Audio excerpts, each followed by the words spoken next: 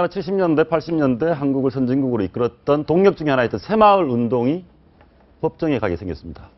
어떤 내용인지 설명 좀 해주시죠. 네, 일단은 백종원 대표라고요. 탤런트 소유진 씨의 남편이자 예. 또 요리 연구가이자 그 사업가로 유명한 그 백종원 본코리아 대표가 최근에 어떤 친일파 논란과 또 새마을 운동 논란을 휘말렸습니다. 어떤 얘기냐면요. 일단 새마을 운동은 어떤 연관이 있느냐. 이 백 대표가 운영하는 그 식당 중에서 새마을 식당이라는. 저도 본 것 같습니다. 이렇게 네, 옛날처럼 음식점. 이렇게. 네. 예. 근데 거기에 이제 새마을 노래도 흘러나오는데 이제 그 뭐 박정희 정권과 관련이 있는 게 아니냐. 그 백종원 대표에 대해서 또 다른 음해글도 올라왔습니다. 예. 그게 올라온 글이었는데요.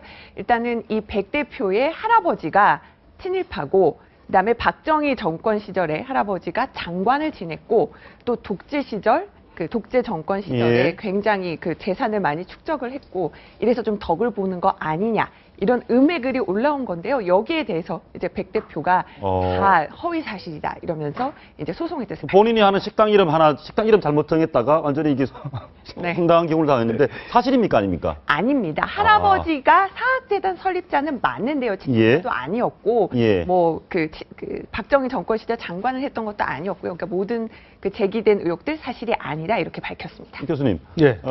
지금 박정희 시대의 새마을 운동, 새마을 식당 이것을 하는 게 나름대로 마케팅으로 괜찮은 방법입니까? 아니면 일종의 예.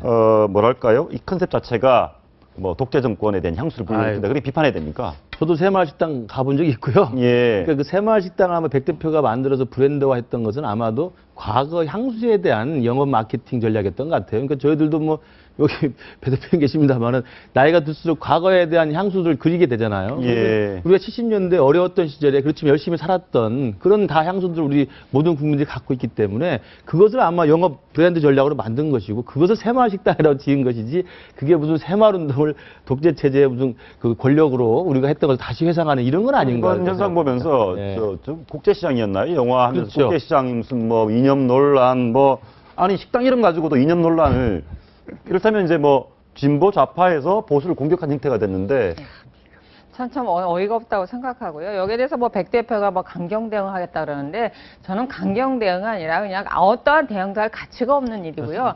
새마을 식당 공격하겠다는 건 뭐 직접적으로 박 대통령이 뭐 공격을 한 것이 어떤지 모르겠지만 전 답답한 게 그럼 새마을 식당이라는 건 새마을이란 명칭을 땄다라고 해서 그쪽에서 돈을 받고 협조를 받고 뭐 비리가 있다, 친일파다 이렇게 논의한다라고 하면 그럼 현재 그 리포트 대사를 칼로 찌르고 그다음에 이적수 표전물을 갖고 이건 종북이 아니라는 거 아닙니까? 예. 어떤 현상을 가지고 사람들이 판단을 할 때 자신을 판단하거나 남을 판단할 때 하나의 기준으로 판단을 해야 되는 거죠.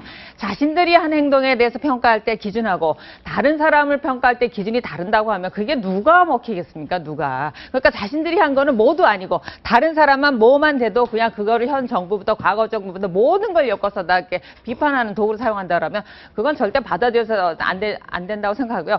백 대표도 절대 대응하지 마십시오.